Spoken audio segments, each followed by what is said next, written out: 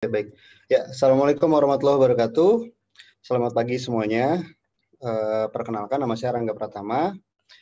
Di sini saya akan membawakan tentang machine learning ya. Machine learning di dalam bisnis atau bagaimana mengimplementasikan machine learning di dunia kerja, dunia sebenarnya gitu ya. Kemarin sudah untuk perkuliahan pertama kemarin dengan Pak Bagus sudah membahas tentang machine learning pada bagaimana mengolah data menjadi sebuah informasi kalau di perkuliahan. Nah, hari ini saya akan membawakan bagaimana itu diterapkan di dunia kerja atau di dunia bisnis. Saya akan share screen.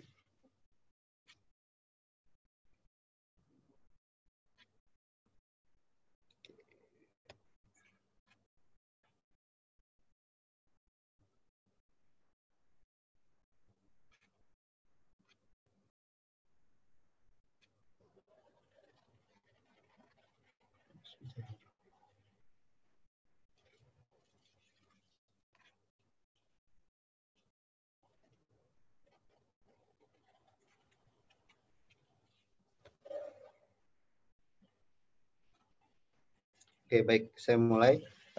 Judul materi yang saya bawakan adalah Machine Learning in Business. Kemudian, di sini saya mewakili perusahaan saya, yaitu Starcore Analytics ya, di mana kita adalah kita menyebut data science company. Jadi perusahaan kita kaitannya adalah dengan bagaimana mengolah data dari klien, itu mengolah data dari klien. Ya, orang biasa menyebutnya ada big data, macam-macam gitu ya, menjadi sebuah informasi yang menghasilkan value. Jadi our talent people combine art and science. Jadi di sini yang kita ini adalah art and science. Jadi bukan hanya sekedar pintar mengolah data juga, tapi bisa mengkomunikasikannya sehingga menjadi value gitu. Dan kita uncover pola di dalam big data yang kita. Ini CV saya. Oke. Ketika kita bicara big data, kita biasanya dikaitkan dengan 3 hal. 3V orang nyebutnya, walaupun sekarang udah sampai 10V ya. Kita nyebutnya volume, variety, sama velocity. Nah, dari sini sebenarnya kami coba menambahkan satu lagi. Sebenarnya ketika kita bicara big data, ketika bicara informasi, sebenarnya yang relevan itu cuma sekian gitu. Yang bisa jadi value juga cuma sekian. Nah, di sini bagaimana kita sebagai statistician, di sini ada statistik, matematik, ada komputasi, dan lain-lain, itu tugas kita adalah bagaimana mengolah yang data yang besar tadi itu menjadi value yang berguna bagi perusahaan. Nah, nanti saya tunjukin bagaimana ketika data itu bisa bermanfaat gitu ya bagi kepentingan perusahaan atau kepentingan bisnis. Untuk pertama mungkin saya akan mencontohkan, sebenarnya ada case yang akan saya bawakan, yaitu terkait dengan customer segmentation. Kalau kemarin dengan Pak Bagus, ini saya coba review materi sebelumnya, kita bicara mengenai K-means atau clustering ya. Kalau di materi kemarin kan tentang unsupervised ya. Di dalam unsupervised itu ada materi mengenai K-means. Salah satunya adalah K-means atau clustering. Nah, di sini ilustrasi yang kemarin disampaikan bagaimana cara membuat K-means. Jadi mulai dari kita membangun centroid, kemudian bagaimana centroid itu terbentuk, kemudian nanti sebaran datanya itu mendekat ke centroid menggunakan pendekatan misalnya jaraknya pakai Euclidean atau Manhattan atau apapun gitu ya. Terus kemudian dari situ secara simultan dia akan terus sampai konvergen gitu ya.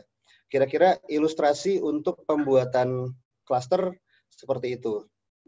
Nah, di sini hari ini saya mau menjelaskan bahwa hal itu bagi akademisi mungkin bisa diterima gitu ya, mudah. Tapi ketika kita sudah berhadapan dengan dunia kerja, dunia yang lebih luas lagi, dan di dalamnya bukan hanya orang statistik yang ada, bukan hanya orang matematik, bukan hanya orang komputasi, banyak orang-orang yang background-nya apapun, itu kalau kita jelaskan tentang K-means mungkin akan sulit gitu ya.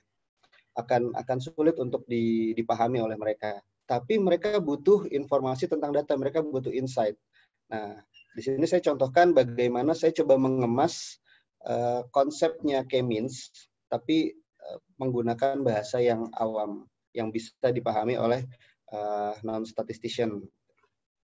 Nah, untuk kasus di sini, saya coba pakai, ada beberapa pekerjaan saya sebelumnya, yaitu menggunakan produk. Jadi kita ada di perusahaan retail ya, retail terkait dengan susu bayi, jadi baby milk. Kita nanti coba go through dengan data-data terkait dengan susu bayi. Gimana sebenarnya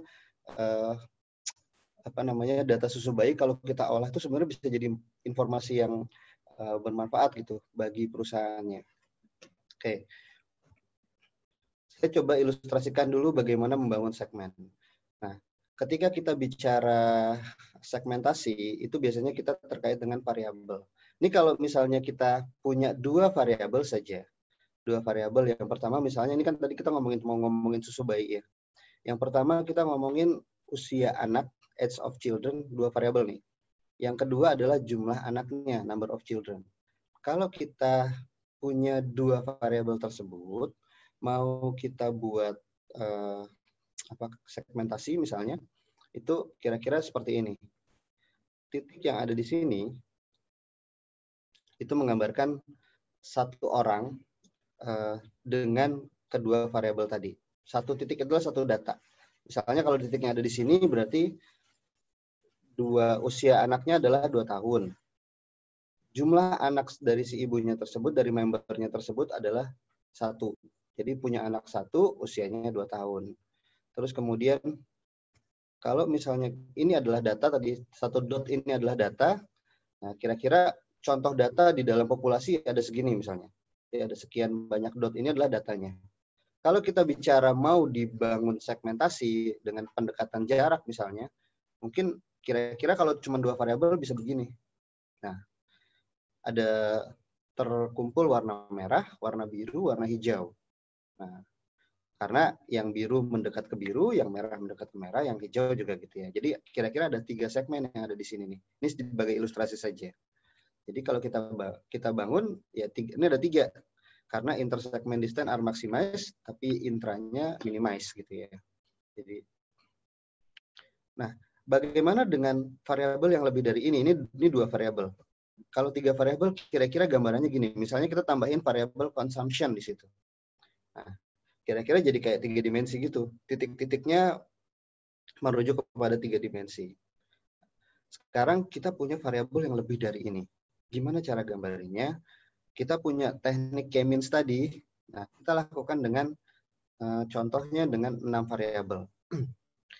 Mungkin buat awal saya perkenalkan dulu variabel-variabel yang biasa dipakai di retail ya, khususnya untuk di susu bayi itu.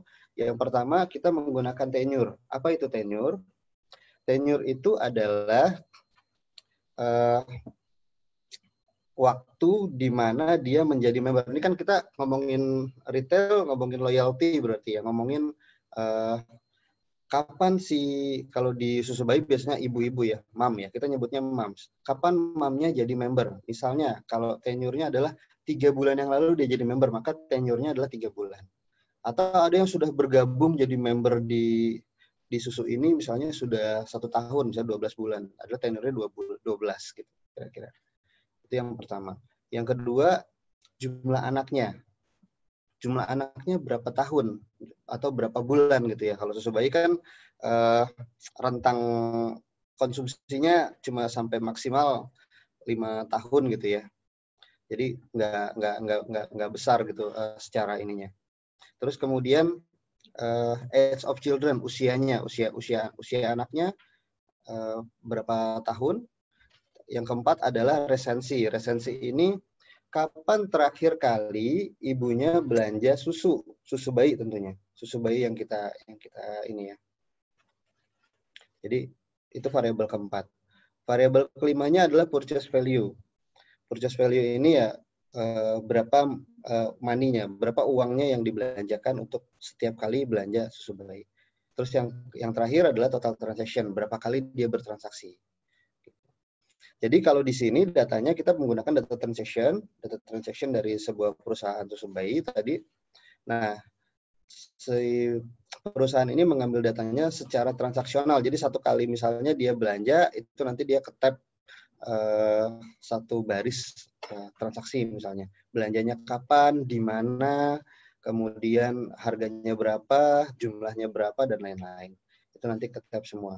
Nah, dari situ, kalau dari 6 variabel tadi kita gambarkan menjadi segmentasi menggunakan K-means tadi, itu kira-kira nanti kebentuk sekian segmen. Karena biasanya yang bisnis inginkan hanya dia nggak mau tahu gimana cara segmennya dibentuk, ya walaupun kita perlu tahu ya secara saintifik kita perlu tahu gimana caranya, tapi mereka cuma pengen tahu hasilnya seperti apa.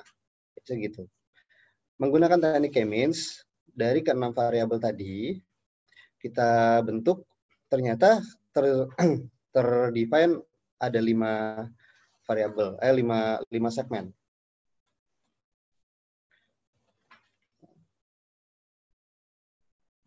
Oke, ada 5 segmen. Nah, kelimanya ini belum kita namakan nih. Waktu pertama kali kebentuk ya pokoknya ada 5 aja ya. Ada 5, kemudian walaupun nanti ada pendekatan lain, misalnya bisa jadi 4, bisa jadi 6 dan lain-lain gitu ya. Kemarin waktu di pekerjaan ini kita bangun segmen menjadi 5 gitu ya. Karena yang menurut kita paling, walaupun ini subjektif ya, yang paling powerful untuk diceritakan nanti ya 5 segmen ini sebenarnya. Oke, tahap berikutnya apa? Tahap berikutnya adalah bagaimana kita membangun si segmen-segmen tadi menjadi sebuah cerita dengan cara profiling. Nah, kita coba bikin profile. As simple as that, kalau kita bikin profile itu, kita pakai rata-rata. Biasanya sih, umumnya kalau misalnya itu kita rata-ratakan tuh variabel-variabelnya dari kelima segmen tadi. Yang pertama tentunya jumlah membernya, total member. Yang kedua adalah average of tenure, jadi rata-rata dari tenurnya. Kita mau lihat sudah berapa lama membernya ini bergabung gitu ya. Kemudian yang ketiga adalah jumlah anak, yang keempat usia, yang kelima adalah resensi tadi ya, terakhir kali dia belanja kapan. Terus kemudian frekuensi, kemudian ada consumption, karena ini terkait dengan susu bayi, jadi kita perlu consumption-nya, berapa gram, yang normal itu berapa gram sih, dan ini udah normal atau belum, dan seterusnya. Kemudian yang terakhir adalah monetary-nya. Nah, kalau kita lihat, untuk yang segmen ini kalau kita bacakan, ini ada A, B, C, sampai E. Untuk jumlah membernya memang yang paling banyak di segmen yang A ya.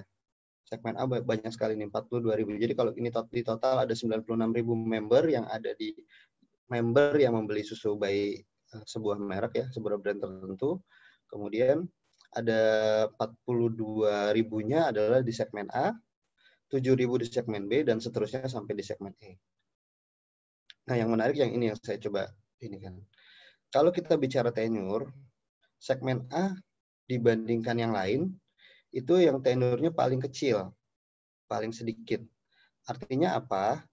Di sini kan 3 ya, rata-rata ya, ini kalau ini rata-rata. Jadi bisa 2, bisa 3, bisa 4, bisa 5, bahkan mungkin 6 gitu ya. Jadi kalau rata-rata yang masuk ke dalam segmen A, ketika kita bicara tenure, ini orang-orang yang sepertinya baru-baru bergabung, baru-baru join untuk menjadi member di produk susu ini. Itu kalau kita simpulkan dari tenurnya.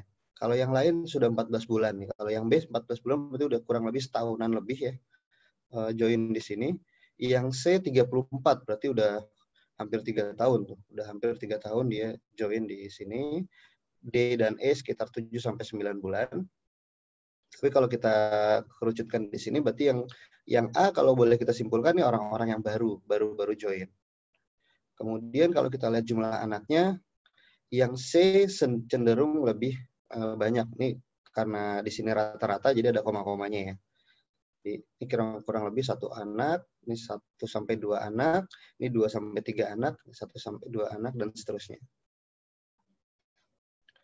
Terus kemudian average of kids age. Jadi usia anak, kalau kita nyebutnya usia anak termuda karena kan bisa jadi anaknya lebih dari 1. Usia anak termuda kalau yang segmen A masih 2 tahun, segmen B rata-rata masih di 3 tahun, yang C dan D itu sudah beranjak kids ya, udah bukan baby lagi, udah 4 sampai 6 tahun di segmen C dan D. Terus kemudian untuk resensi D, nah jadi kapan terakhir kali si ibunya belanja susu bayi? Kalau segmen A kalau kita lihat sudah rata-ratanya sudah 60-an hari. Jadi udah 2 bulan nih, udah 2 bulan dia nggak belanja susu. Untuk yang segmen B yang paling bagus yaitu baru sebulan terakhir. Berarti cukup rutin. Kalau bisa dibilang yang segmen B ini cukup rutin. Yang lainnya udah 100 sama 154. Yang paling parah adalah yang segmen E yaitu 246. Itu udah sekitar 7 sampai 8 bulan dia udah nggak belanja lagi. Mungkin udah fasenya udah habis tuh. Udah nggak, atau mungkin udah ganti merek susunya, udah nggak langganan lagi tuh ceritanya yang segmen E nih. Kemudian kalau lihat transaksi frekuensinya yang paling intens, yang paling banyak frekuensinya tentunya yang B ya, yang B 22 kali selama di record datanya. Yang A tentunya masih sedikit karena dia mungkin tadi baru bergabung ya, baru 3 kali transaksi gitu. Terus kemudian average of monthly consumption. Ini secara konsumsinya kalau susu bayi itu biasanya normalnya sekitar 2.000 sampai 4.000 gram ya. Nah ini kalau yang segmen A berarti masih 1.000 gram, berarti masih sedikit gitu ya ininya. Yang segmen B sudah cukup memenuhi konsumsi, yang lainnya masih kecil. Terakhir monetary juga yang paling menonjol adalah yang segmen B. Segmen B itu dalam setahun dia bisa 8 juta buat beli susu bayi. Ini rata-rata per orangnya. Nah, dari kita membacakan data seperti ini, kita coba terka kira-kira nama yang pas untuk segmen A apa, nama yang pas untuk segmen B apa, dan seterusnya. Karena nanti kita akan berhubungan dengan orang-orang ini nih. Kalau kita kasih nama, mungkin yang A itu cocoknya adalah new promising member. Jadi kalau misalnya kita sebut, ini kan karena yang variabel yang paling menentukan dia adalah variabel tenure-nya. Ini orang-orang yang baru-baru bergabung, kita sebutnya new member, new promising member. Karena ke depannya mungkin ini masih bisa kita bentuk nih yang A ini nih. Oke. Kalau yang B, kita sebutnya high value member. Kenapa high value? Karena kalau kita lihat tadi dari transaksinya, dari konsumsinya, itu yang paling yang paling memenuhi kriteria terbaik adalah yang B ini. Kalau yang tadi kita bilang, kalau yang lain konsumsinya masih 1.000-an, dia udah sampai 3.500 tuh konsumsinya dalam 1 bulan.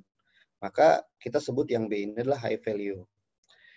Yang C kita sebutnya mature member. Kenapa mature member? Itu kalau kita lihat dari sisi tenurnya. Ini orang-orang yang sudah lama bergabung, yang udah hampir 3 tahun join sebagai member di susu bayi, itu kita sebutnya mature member. Cuma kita tambahin with growing up kids. Jadi ini memang orang-orang yang sudah waktunya anaknya sudah mulai besar, sehingga sebentar lagi mungkin dia akan meninggalkan susu bayinya gitu. Sebentar lagi. Jadi kalau kita bicara susu bayi itu memang ada fasenya. Ada fase ketika membernya bakal meninggalkan merek ini gitu ya, brand ini. Dia akan meninggalkan brand ini. Jadi ketika sudah mulai anaknya 4 tahun, itu mungkin sudah mulai digantikan dengan misalnya susu UHT, mungkin udah digantikan dengan susu-susu yang bukan susu bayi lagi gitu. Kayak gitu. Jadi memang yang C ini juga perlu diperhatikan karena dia sudah mau meninggalkan. Yang D, mom with kids. Nah, yang mom with kids ini kenapa kita sebut mom with kids? Karena usia anak yang paling kecilnya saja rata-rata sudah 6 tahun.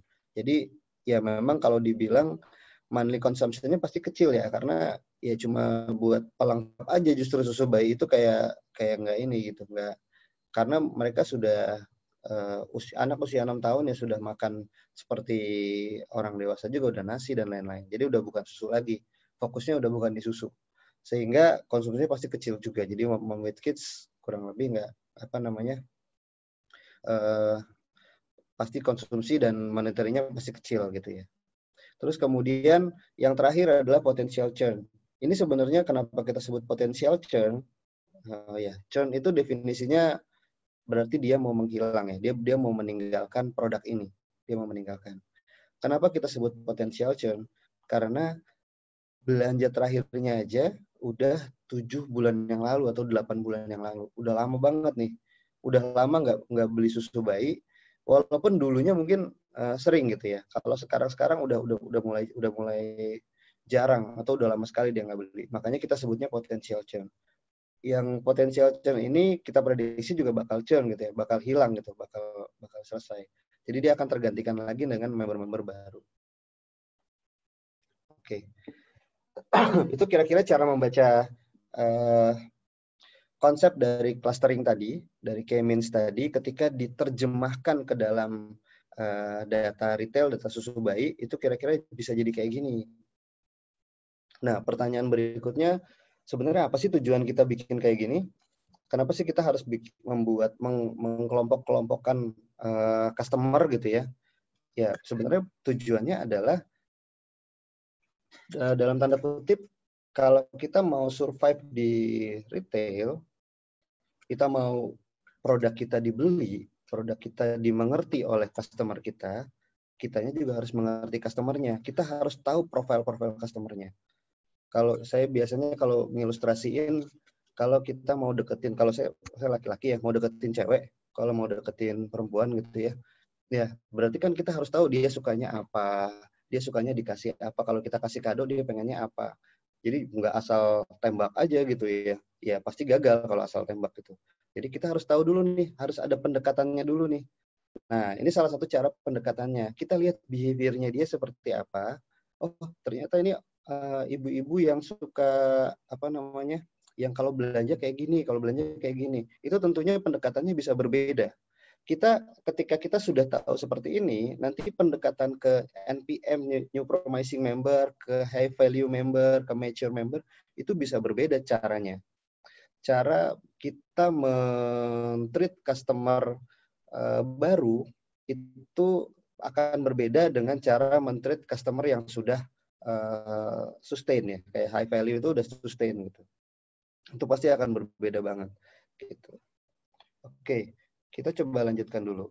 Dari kelima segmen tadi, kalau kita baca personanya, kalau kita nyebutnya, biasanya yang menarik adalah ketika kita bicara di dunia bisnis, angka ya angka gitu ya, tapi mungkin belum akan belum bisa diterjemahkan secara baik kalau belum ada visual atau belum ada contohnya. Nah, biasanya kita kasih contoh nih, segmen A, segmen B, segmen C, sampai segmen E itu kalau dicontohin, kita ambil salah satu saja sampelnya, kita bacain orangnya, habit-habitnya dia seperti apa, nah itu kira-kira satu segmen itu kira-kira kayak gitu model-modelnya. Ini kita coba contoh bacain ya. Nah, yang segmen A, kira-kira ibu-ibu yang mewakili segmen A ini, saya coba ambil salah satu nama ya. Ini namanya apa namanya? Sekedar pemanis aja. Foto juga sekedar pemanis. Yang penting kebayang idenya seperti apa. Kita sebut Mam Fariha. Nah, Mam Fariha ini new member.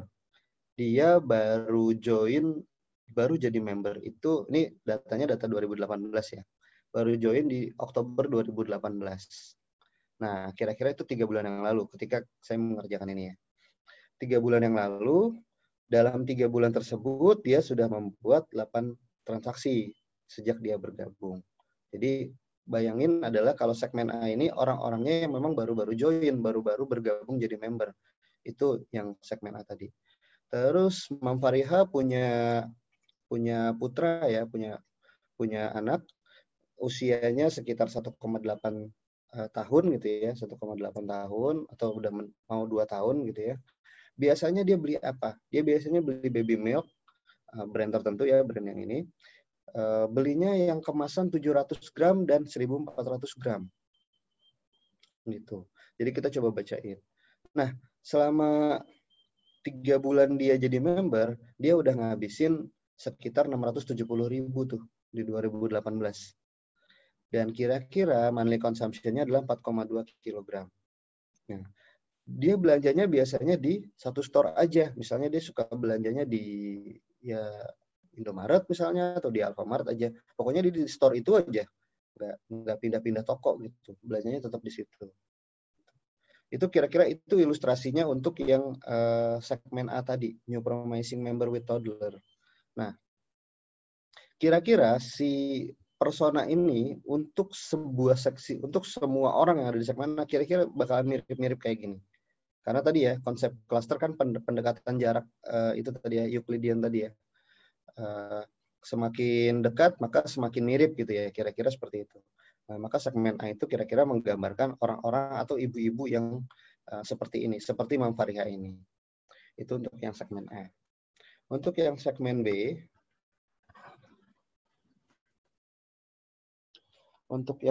B, kita coba pakai ilustrasi menggunakan Mam Amira. Oke, kita coba bacakan Mam Amira itu seperti apa. Nah, ternyata Mam Amira sudah menjadi member sudah cukup lama nih. Dari September 2016 atau udah 27 bulan yang lalu. Tadi kalau rata-ratanya 14 bulan tadi kalau di tabel klasternya tadi, tabel profilingnya, kalau ya itu kan rata-rata ya 14 bulan ya. Bisa jadi ada yang lebih dari itu, ada yang kurang dari itu gitu ya. Nah, ini contohnya yang sudah 27 bulan nih tenurnya. Dia masih beli produknya itu terakhir di bulan lalu. Nah, baru sebulan nih beli. Berarti kan memang secara resensi masih baik kan, masih berlangganan gitu ya. Nah, sejak dia jadi member, dia sudah made 51 transaction. Sudah cukup banyak, dia berkali-kali dia beli. Di 2018 dalam setahun kalau kita capture dia ada 21 kali. Berarti kalau sebulannya kira-kira 2 kali tuh belanja susu tuh. Nah, orang ini adalah orang yang kita sebut high value nih. Dan dia sudah spend di 2018 sudah 8 juta. Jadi setahun dia bisa beli susu sekitar 8.400.000. Dan rata-rata konsumsinya 2,73 kg. Jadi itu masih konsumsi normal ya, 2,7 kg. Nah, Mam Amira punya anak yang sekarang udah sekitar 4 tahun. Biasanya dia beli susu produk yang 900 gram, 1400 gram, sama 1600 gram. Dia suka beli yang kalau 1400 dan 1600 kita nyebutnya big pack. Berarti yang belinya sekali gede, sekali banyak gitu ya. Dan dia biasanya beli di toko-toko yang berbeda. Jadi kalau bulan ini belanjanya di Indomaret, mungkin bulan depan dia belanjanya di Alfamidi dan seterusnya. Nah, itu kalau kita cara membacakan si segmen yang kedua tadi ya, segmen B. Kita sebut dengan high value. Nah, orang-orang yang high value member itu kira-kira orang-orangnya seperti si Mam Amira ini. Kira-kira. Ini kalau kita bacakan secara ini. Supaya kenapa kita perlu membacakan ini? Supaya klien atau orang-orang awam yang biasanya kesulitan membaca data dalam tabel gitu, itu terbayang, oh si high value ini orangnya kayak gini nih, kayak si Mam Amira, langsung kebayang, Mam Amiranya kebayang gitu. Tapi kalau kita dalam bentuk tabel tadi, ya mungkin kita as statistician bisa baca gitu ya, tapi orang lain belum tentu gitu. Ya kan lebih mudah memahami orang-orang high value itu seperti apa. Kita lanjut lagi. Segmen yang ketiga, kita sebut dengan mature member. Di sini saya ambil contohnya Mam Suci ya. Mam Suci ini udah 30 bulan yang lalu jadi member. Dari Juni 2016.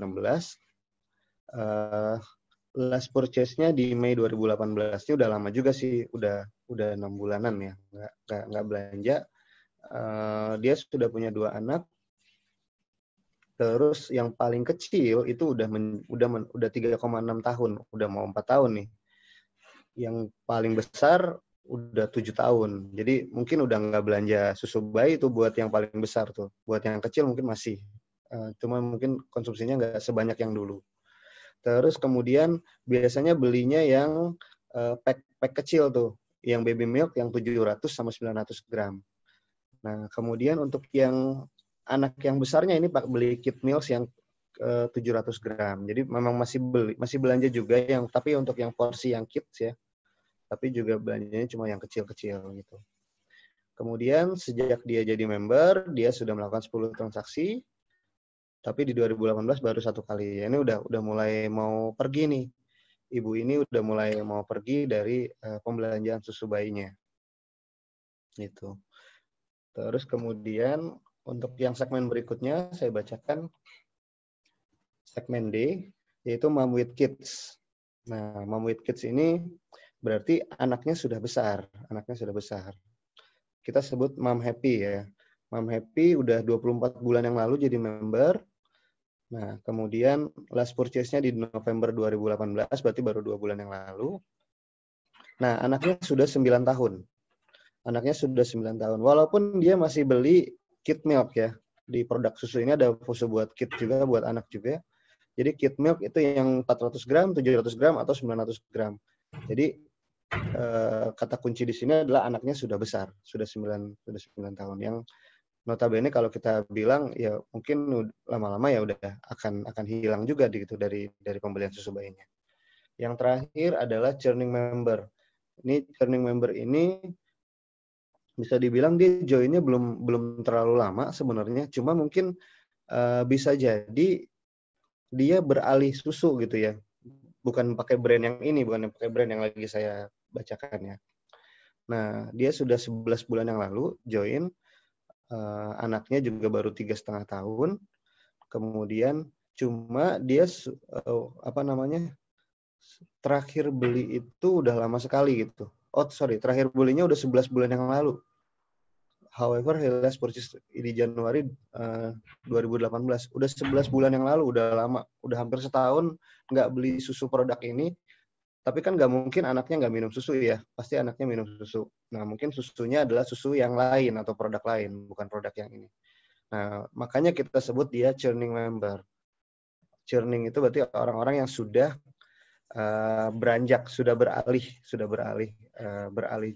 produk. Gitu. Nah, waktu dia masih aktif, ini dulunya waktu masih aktif, dia setiap bulan tuh ada transaksi. Dari November 2018 ke Januari 2018 itu transaksinya cukup banyak tuh, ada 19 transaksi. Nah, cuma di 2018 entah kenapa dia beralih.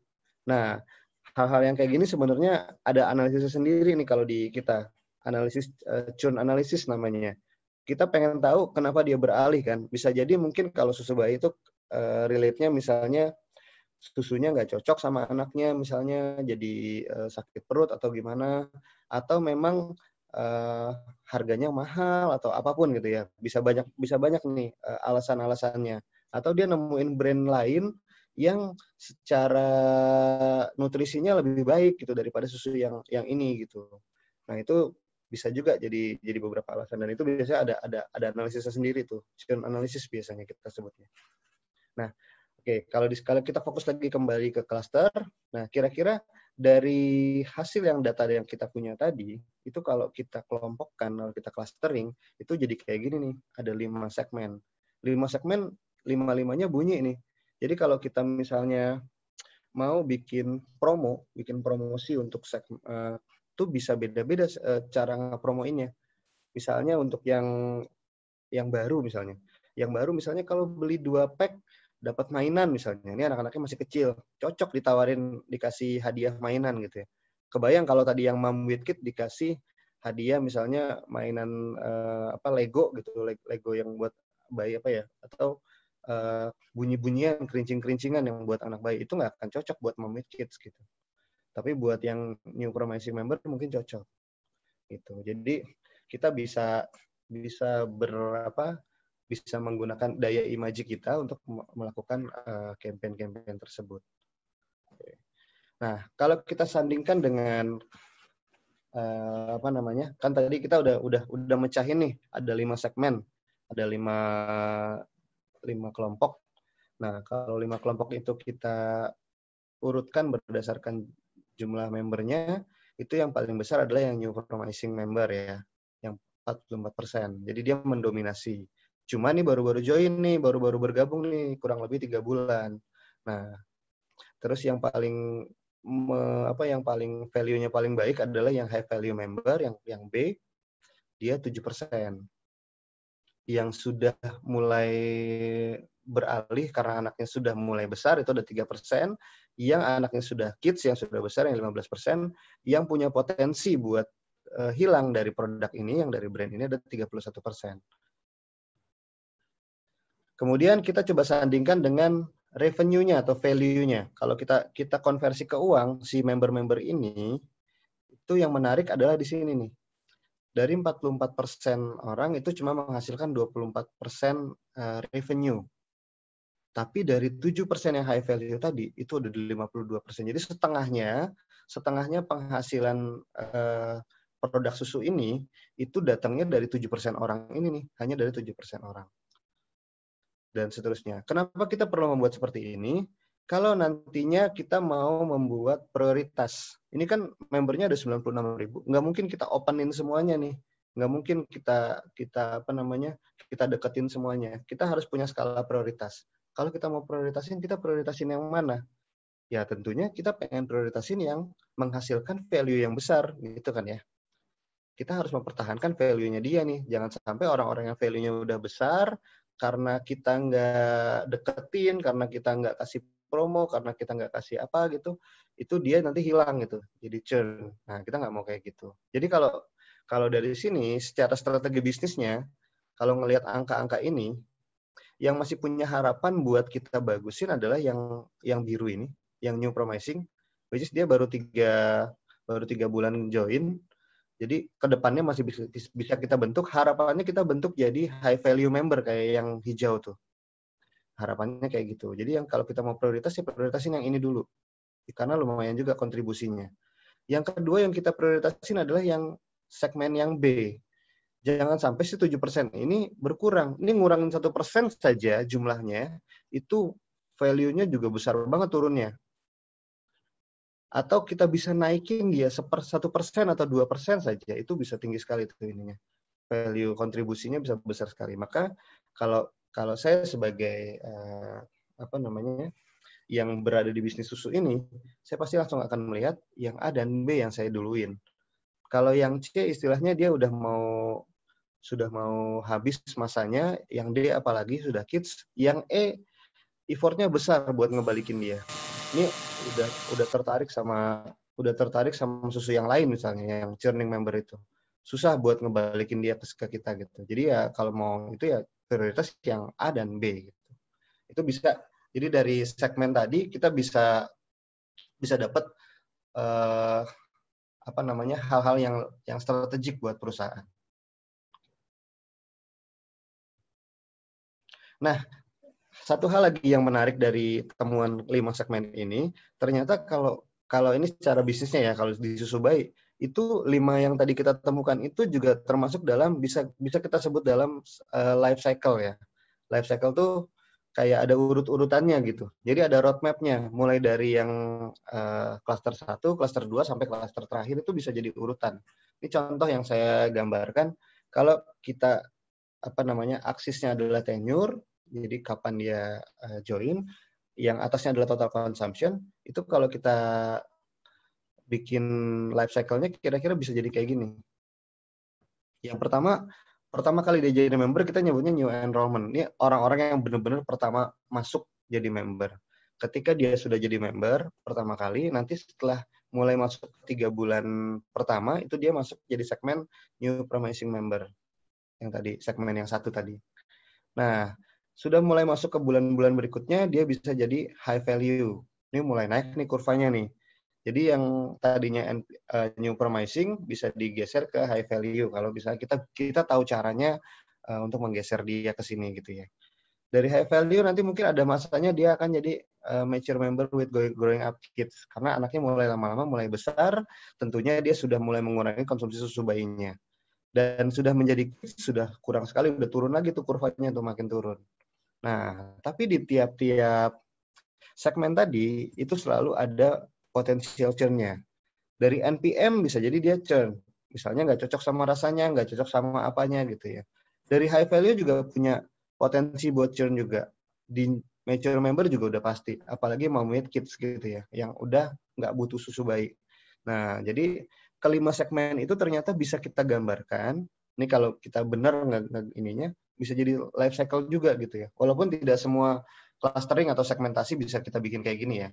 Ini kebetulan ketika kita menemukan profil-profil tadi, itu kalau kita sandingkan dengan kita pakai logika dengan cara orang minum susu bayi, itu kira-kira bisa jadi seperti ini gitu.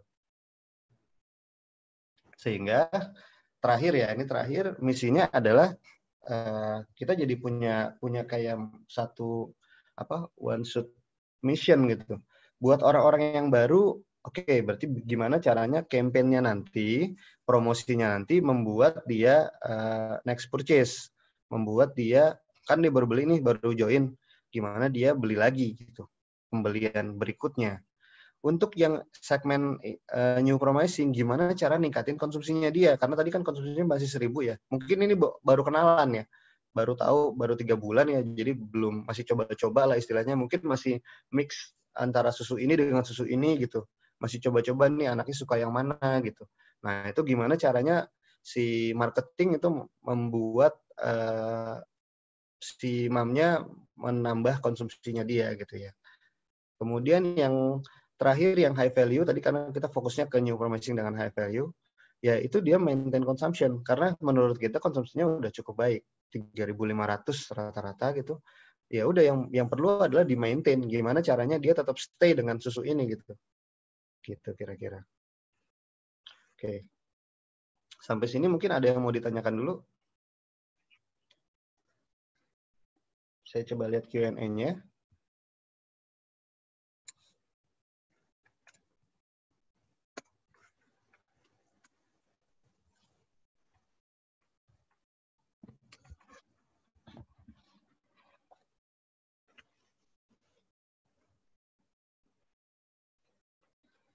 Oke, saya bacakan ya.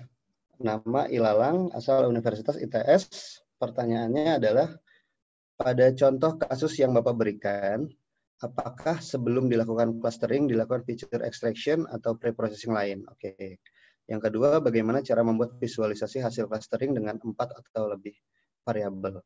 Oke, saya jawab dulu yang dari Ilalang. Ini laki-laki perempuan nggak tahu nih. Oke. Untuk yang, nah, jadi kalau tadi karena dari sejak awal saya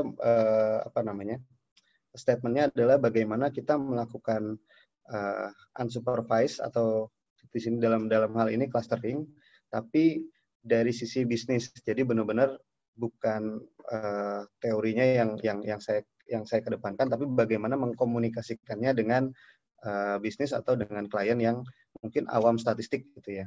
Nah, kalau untuk teknisnya sendiri, clustering itu dilakukan feature extraction, iya sudah pasti. Jadi kalau kita bicara variabel yang ada di dunia bisnis atau misalnya di susu bayi ini variabelnya tadinya banyak, ini Mas atau Mbak ya. Nah, hilang angka pertikaiannya Mbak ini. Jadi variabelnya pasti banyak. Dari variabel-variabel tersebut, misalnya contoh tadi kan yang saya pakai ada 6 ya. Yang satu misalnya tenurnya, kemudian ada monetary atau value-nya, kemudian ada consumption-nya, terus ada 6 tadi ya, saya lupa tadi apa aja. Nah, sebenarnya mungkin ada variabel-variabel lain, tapi mungkin kurang relevan. Nah, gimana cara feature extraction-nya? Biasanya kalau udah di dunia bisnis itu kita kombinasi tuh.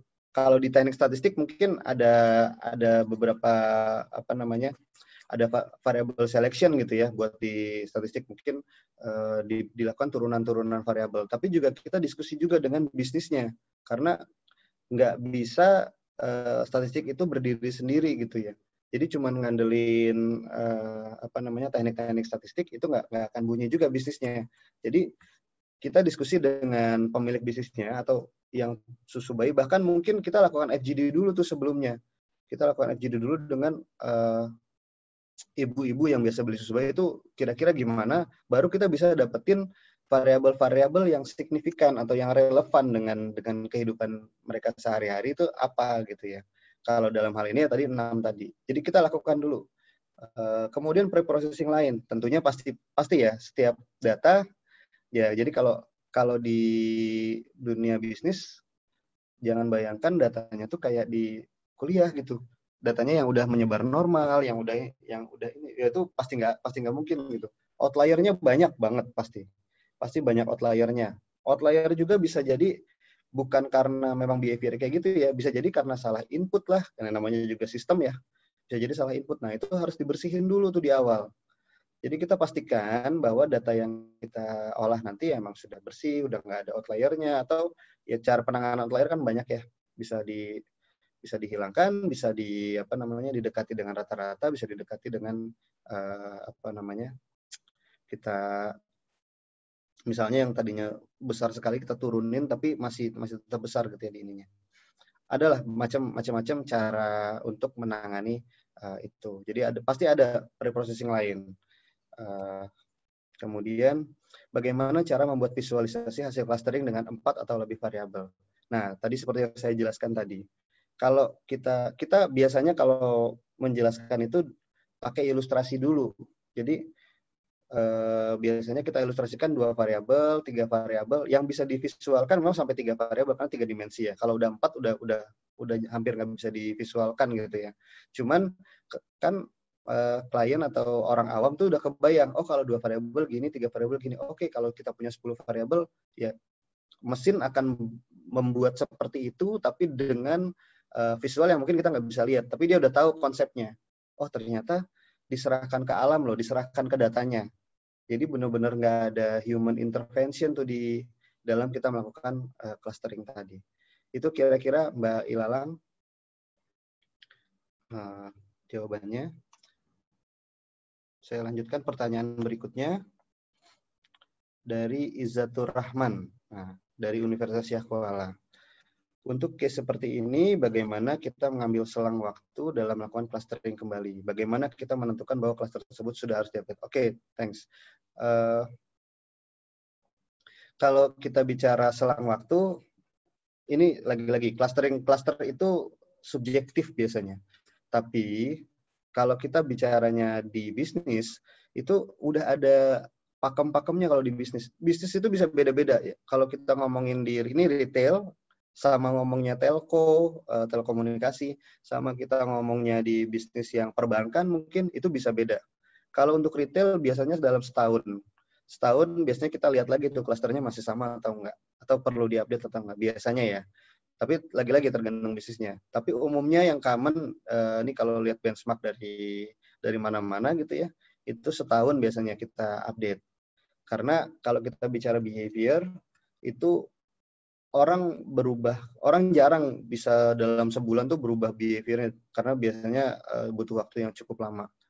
Jadi kalau kita bicara kapan kita ngupdate, biasanya sih commonnya kita 1 tahun, 6 bulan sampai 1 tahun sih biasanya. Walaupun memang ada case-case tertentu, kayak contoh misalnya orang bisa berubah sekali behaviornya ketika ada satu momen tertentu. Contoh kalau yang kita lihat sekarang COVID ya, COVID itu merubah behavior banget tuh. Nah itu bisa jadi cara orang berbelanja itu bisa berubah after COVID. Nah itu juga bisa tuh kalau ada case-case tertentu kayak gitu bisa kita update lagi. Gitu. Itu kira-kira Mas Izzatur. Oke. Saya bacakan lagi yang bawahnya. Aprilian Syah. Bagaimana cara kita menemukan variabel yang tepat yang dapat digunakan untuk melakukan clustering ini? Apakah sesuai dengan kemauan peneliti atau melihat dari banyak penelitian terdahulu? Ya tentunya kita mengkombinasikan ya. Kalau yang tadi, pertanyaannya hilang. Ya, tentunya pakai penelitian terdahulu dulu ya. Yang awal pasti kita lakukan penelitian terdahulu. Yang sudah kalau di bisnis mungkin bukan penelitian terdahulu tapi benchmark. Misalnya kalau di produk susu ini, susu lain tuh mungkin pernah ngeluarin apa gitu misalnya, dia udah pernah publish sesuatu. Nah, itu bisa ditiru juga tuh. Oh, mungkin variabel ini bisa berpengaruh, dan tentunya tadi diskusi dengan ahlinya gitu ya. Diskusi dengan orang yang memang ini orang yang memang pakarnya di bidang itu gitu. Mas Mulyanto mungkin mau bantu menjawab? Silakan. Enggak, Pak. Saya admin aja. Oh, oke. Soalnya ada ininya di sini. hanya menandai, Pak. Oke, makasih. Oke, terus saya bacakan lagi. Dari Aulia, ITS. Untuk kasus seperti ini, apakah dapat dilakukan peramalan ke depannya? Bagaimana sikap masing-masing customer dalam beberapa tahun ke depan? Ya, kalau dari sisi metodologi bisa saja gitu ya. Konteksnya adalah cuma beda lagi analisisnya. Kalau yang lagi saya bicarakan bagaimana kita mengcluster ya, mengkelompok-kelompokkan member tadi, customer tadi itu bagaimana. Nah, next step-nya bisa jadi salah satunya tadi itu kita dari mana? Kita kita lakukan peramalan atau bukan peramalan, pendugaan sih lebih tepatnya. Kira-kira orang kan tadi kita punya goals bahwa si new promising tadi itu kita mau arahkan menjadi high value gitu ya.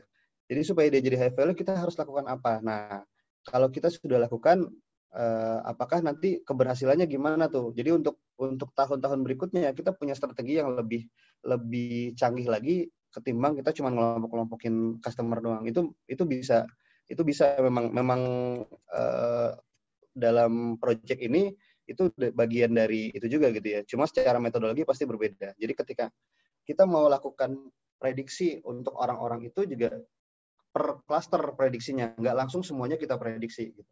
Jadi si new promising kita prediksi sendiri, high value gimana dan seterusnya. Dan tentunya kita juga ngelihat behavior karena kita mau ngarahin jadi high value, kita lihat behaviornya high value seperti apa dan bagaimana cara menerapkan si new promising tadi menjadi orang-orang yang punya high value tadi. Kayak gitu sih. Kalau kita bicara ke depannya ya pasti ada, pasti kita lakukan itu gitu ya. Cuma untuk konteks materi ini kita batasi sampai klaster saja.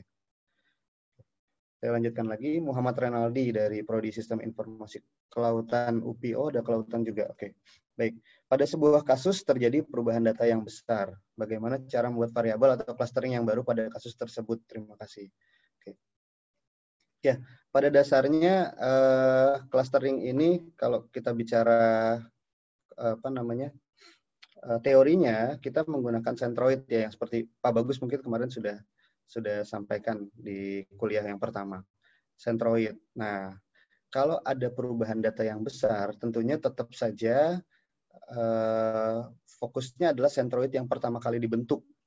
Nah, ini kalau kita belum mau berubah klasternya ya. Kalau klasternya masih pakai klaster yang sama, itu tentunya pendekatannya adalah dengan centroidnya tadi. Jadi walaupun datanya berubah, misalnya menjauh gitu, kalau tadi diilustrasikan dengan titik, ya, titiknya makin menjauh ya tetap aja dia cari centroid yang terdekatnya dari titik itu mana gitu. Jadi klasternya masih ada di situ. Atau kalau perubahan data besar-besaran, jadi semua orang berubah behaviornya, ya itu sebaiknya langsung dirubah lagi klasternya. Jadi bikin klaster baru lagi aja, bikin metode baru, bikin ya tadi yang seperti pertanyaan yang sebelumnya, di-update klasternya. Mungkin udah nggak 5 lagi klasternya, mungkin 7, atau mungkin malah berkurang jadi 3, dengan profil yang beda lagi misalnya. Nah itu sih. Oke. Untuk melakukan customer segmentation, apakah clustering yang umum dilakukan adalah menggunakan K-means atau ada metode lain yang umum digunakan? Ada banyak, Mbak. Kalau Mas Alvin. K-means itu yang paling umum sih. Cuma kalau kita tahu K-means itu ada kelemahannya juga. Jadi tadi ya kelemahannya tadi ya kalau ada outlier mungkin dia karena kita pakainya means ya bisa jadi dia terganggu sama outlier. Ada juga kelemahannya yang namanya means itu kan berarti rata-rata dia variabelnya harus variabel yang numerik atau yang bisa dirata-ratakan. Kategorik nggak masuk di sini nih sebaiknya. Kalau kategorik itu contohnya kayak misalnya yang nggak bisa diukur rata-ratanya gitu, misalnya laki-laki, perempuan, nah itu jenjangnya pendidikan terakhir si ibu misalnya SD, SMP, SMA, nah itu pakai K-means nggak bisa karena kita nggak bisa ukur rata-ratanya kalau ada variabel itu.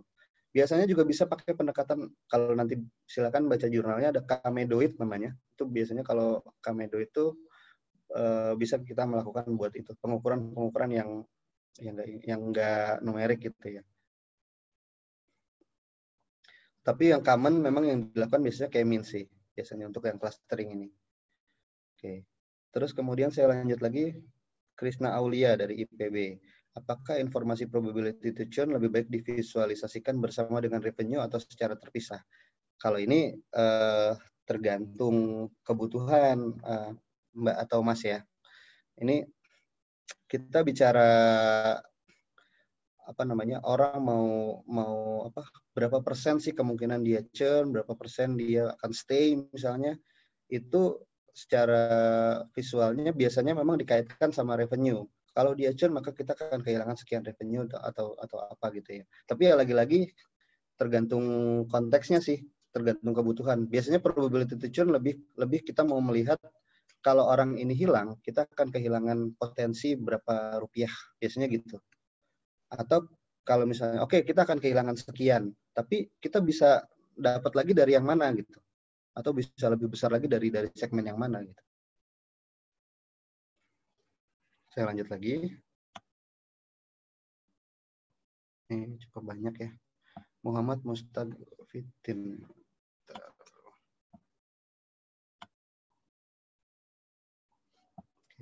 Dalam kasus analisis K-means, asumsi apa saja yang perlu dipenuhi ya Pak? Iya, kalau K-means itu tadi yang saya bilang ya, karena dia rata-rata, berarti yang pasti syaratnya dia harus variabelnya harus numerik ya, yang pasti. Terus kemudian yang namanya means, dia juga rentan terhadap outlier. Jadi tentunya yang harus diperhatikan outliernya tadi. Kalau misalnya ada outlier, yang mendingan di treat dulu. Jangan langsung dibikin K-means. Saya pernah punya pengalaman lakukan K-means untuk data telco. Nanti kalau masih ada waktu saya coba share yang telco ya. Di data telco itu ada banyak outlier, misalnya kayak ada orang-orang yang pemakaian teleponnya banyak sekali, atau nah itu bisa jadi kayak kelompok sendiri tuh biasanya, atau mengganggu klaster yang lain jadinya. Nah biasanya kita lakukan apa namanya, kita bersihin dulu gitu ya. Oke. Izin bertanya Pak, bagaimana standar evaluasi kita dalam menentukan seberapa akurat analisis segmen dalam clustering yang kita lakukan? Bagaimana cara menyampaikannya kepada stakeholder bisnis gitu ya. Kalau kita bicara akurasi, itu masuknya kalau kita ngomongin prediktif ya, prediktif analitik itu enak kalau kita ngomongin akurasi, karena kita bisa ada alat ukurnya namanya RMSE, ada misalnya kita lihat kalau di forecast ada MAPE misalnya. Nah, kalau di cluster ini yang sifatnya unsupervised, ini emang nggak ada alat ukur tertentu untuk menentukan kita sudah tepat atau belum. Memang nggak ada, setahu saya nggak ada ya. Untuk di cluster itu nggak ada. Kalau ini maka lebih baik daripada yang ini, enggak. Tapi bagaimana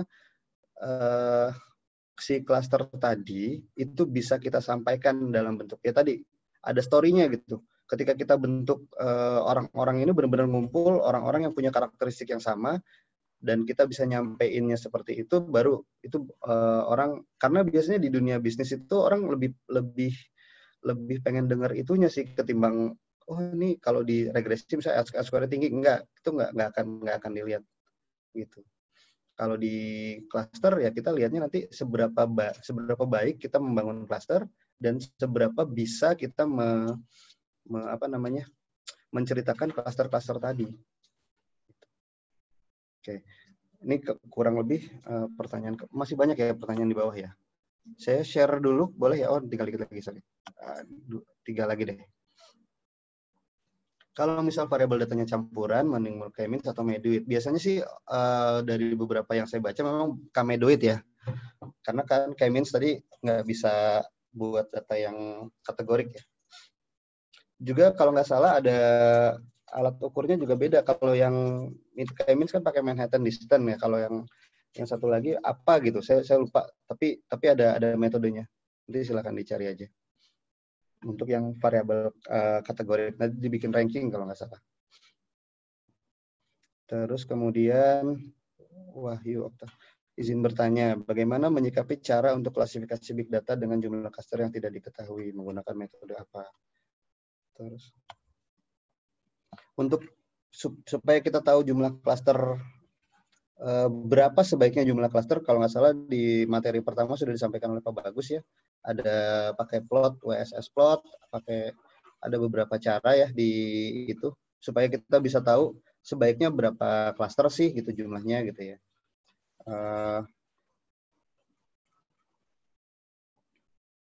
Jadi ada caranya sih Pak Mas Wahyu ya. Kalau misalnya untuk kita biar tahu sebaiknya kita berapa klaster, itu ada metodenya kalau pakai softwarenya R kalau nggak salah pakai WSS plot ya. Itu bisa ketahuan yang efektif atau yang optimal itu berapa klaster. Walaupun tidak selalu ya, tidak selalu. Kadang-kadang kalau di kita misalnya kalau di dunia bisnis itu kan kayak misalnya udah ditentuin, saya pengennya jadi 5 klaster gitu. Makanya klaster tadi sifatnya subjektif jadinya. Ada sifat subjektif di situ di klaster. Ada perbedaan antara jumlah seed dan jumlah klaster dalam algoritma K-means. Sebenarnya kalau seed itu kan sebenarnya menunjukkan bahwa seberapa randomnya kita.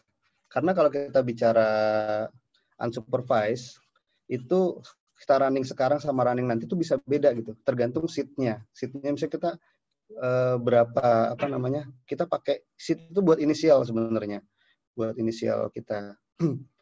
Walaupun ujung-ujungnya pendekatannya sama tadi ya, pendekatan jarak dan lain-lain. Gitu. Oke, ini ke bawah makin banyak.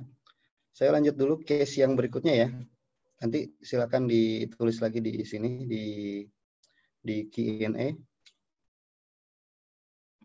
Oke, ini untuk case yang masih ada waktu rasanya, jadi saya coba tambah ke case yang berikutnya.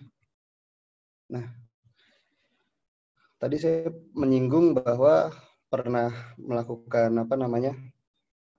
clustering juga untuk bidang yang lain. Tadi bidang yang tadi tentang retail ya, susu bayi. Kalau sekarang mungkin saya coba ini arahkan. Waktu itu kita punya klien dari telekomunikasi.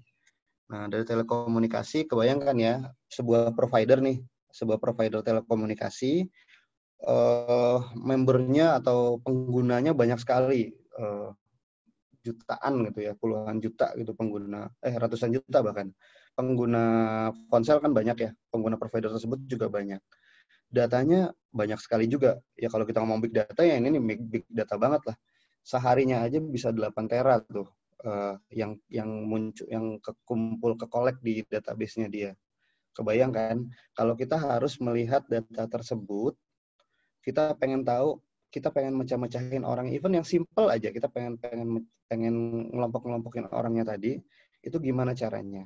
Dari data yang banyak dan variabel kesampingnya banyak. Kalau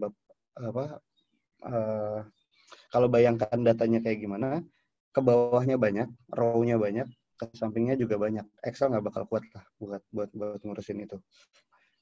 Variabelnya itu bisa sampai 150 variabel kalau kita mau turutin semua variabel yang ada di database-nya.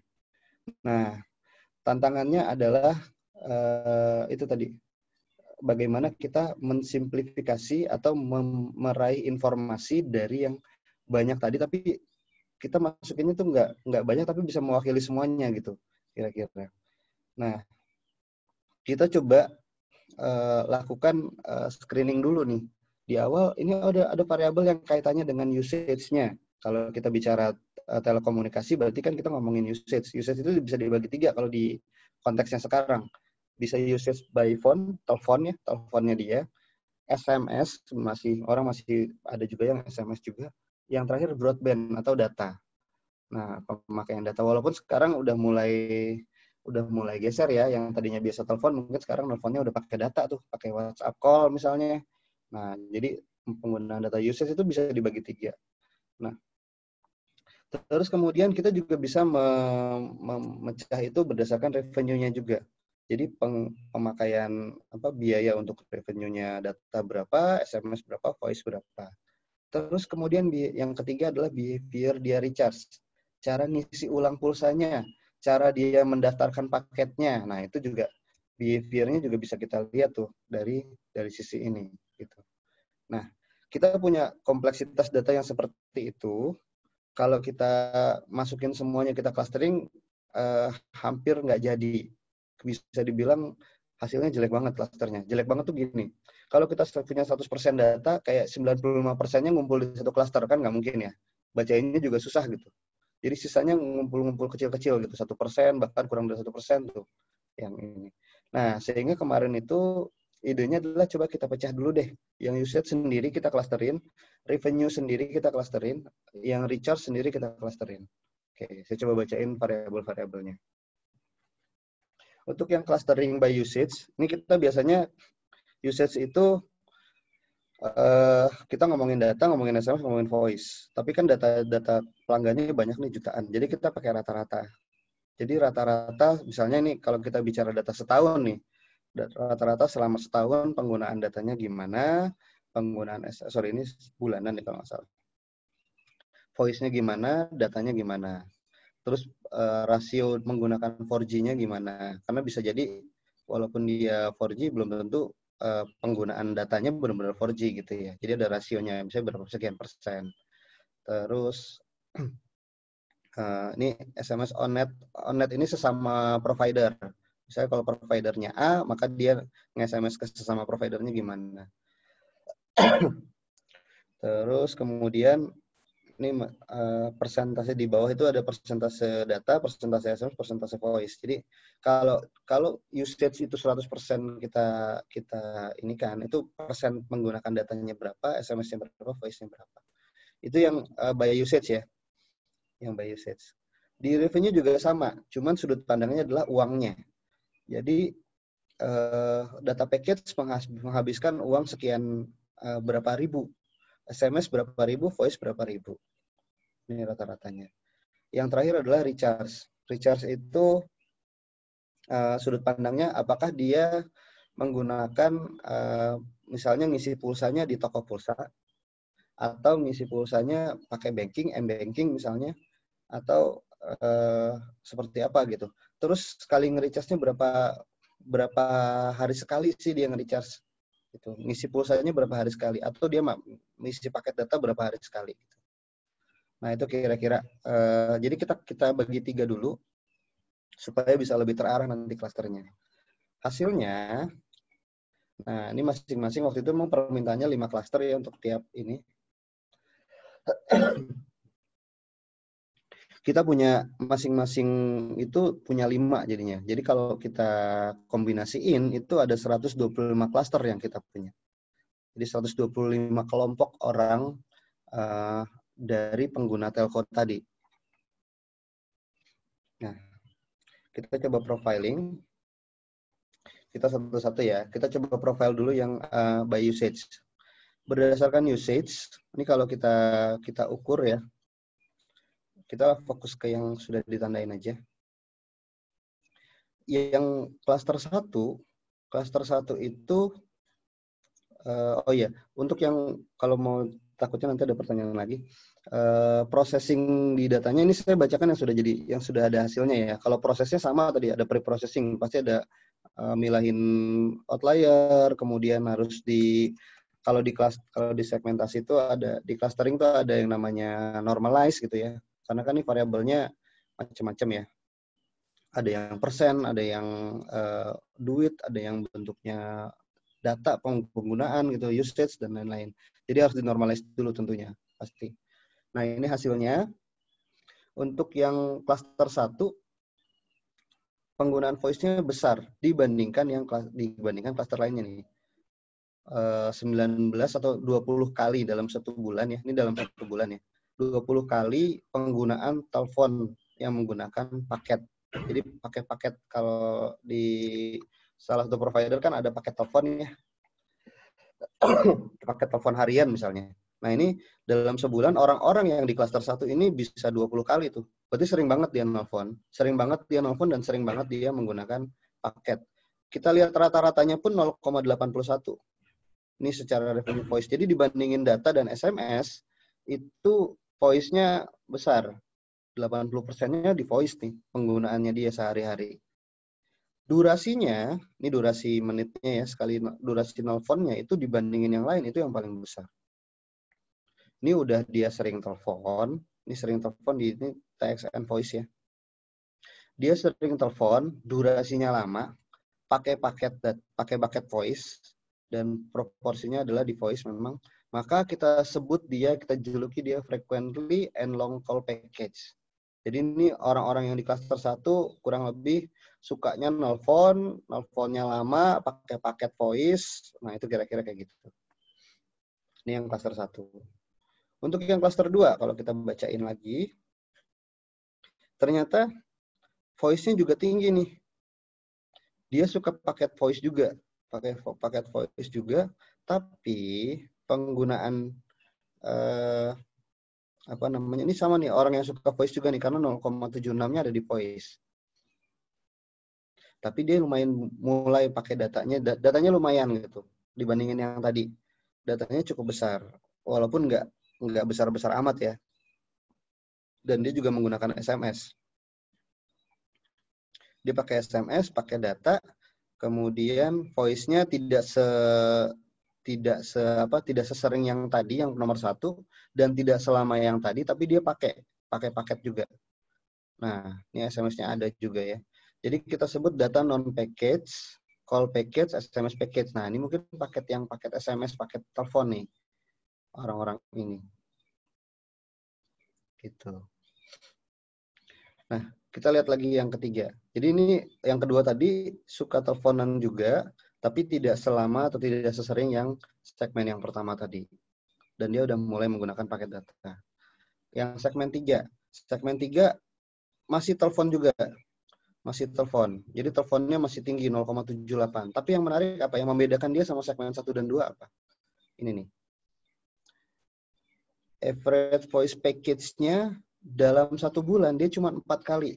Padahal nelponnya banyak. Tapi dia mempaketkan teleponnya sedikit dibandingin yang ini, dibandingin 1 dan 2. Artinya apa?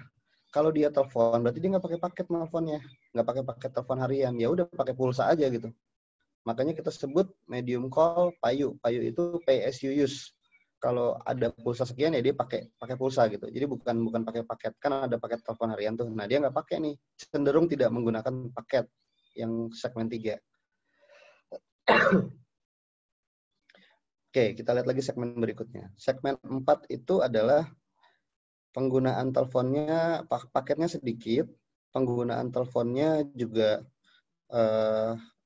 nggak banyak gitu ya, 0,38. Malah yang banyak SMS-nya. Ternyata masih ada orang yang menggunakan SMS di zaman sekarang.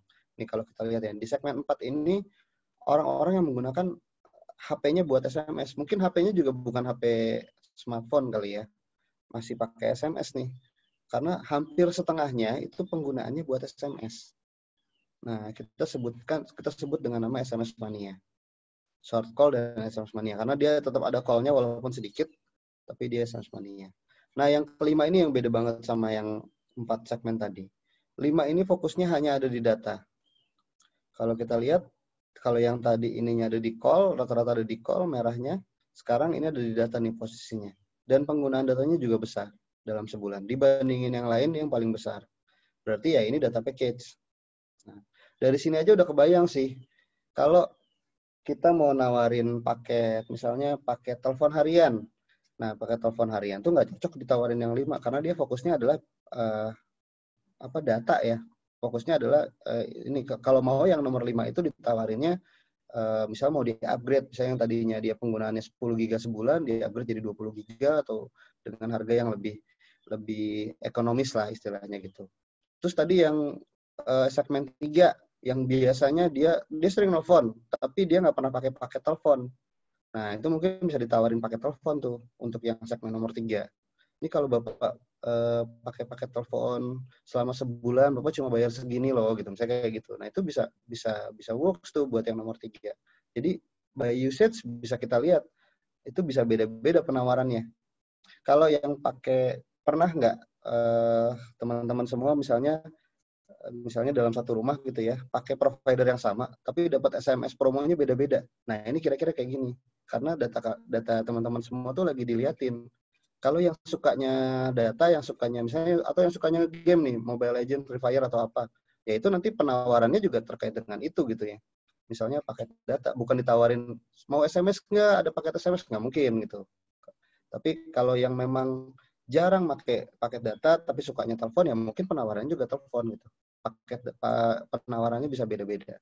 Ini baru dari satu sisi, baru usage. Kita coba lihat lagi ya. By revenue. By revenue juga tadi kita lihat. Kalau ini kita rata-ratain secara value-nya, itu ternyata ada yang kayak nomor 1 nih. Cluster 1 di revenue, kalau kita lihat di sini data paketnya 14.000, SMS-nya 12.000, ininya. Nah, cuma ini paket semua nih. Rata-ratanya paket nih. Maka kita sebutnya all package. Nah, orang-orang yang all package biasanya pas ditawarin combo. Jadi kalau emang dia pakai semua tuh, pakai data juga, pakai SMS juga, voice-nya juga dia pakai. Nah, makanya muncullah salah satu provider bikin combo gitu ya. Atau mungkin sekarang hampir semuanya kali ya bikin combo. Karena emang ada orang yang kayak gini, ada orang yang memang menggunakan semuanya gitu dan pakai paket gitu. Terus kemudian kita lihat yang segmen kedua. Segmen kedua itu ini telepon banget. Jadi semua ininya diarahin buat telepon nih. Kita sebutnya medium call. Medium call tapi voice package-nya kecil. Makanya Payu tadi ini sama yang segmen 3 di cluster yang by usage tadi ya. Nah, segmen 3 di sini kita sebutnya high call package. Kenapa? Karena dia fokusnya di call, tapi juga dia paketnya besar. 96.000 buat paket teleponnya dia. Buat paket telepon selama sebulan itu 96.000, berarti gede banget sih buat ini. Rata-ratanya ya. Terus kemudian yang keempat kita sebut dengan low call package dan SMS mania. Jadi ini suka SMS juga, ini mirip sama yang cluster 4 di segmen sebelumnya. Mungkin orangnya juga ini pasti irisan sih kemungkinan besar. Terus terakhir ada data package, ini juga sama kayak yang 5 tadi. Terakhir sudut pandang recharge. Nah, recharge ini kita coba lihat satu-satu ya. Yang di segmen 1, dari cluster 1, saya menyebutnya tradisional, inconvenient, non-banking. Nah, kenapa kita sebutnya tradisional? Oke, kita lihat. Dari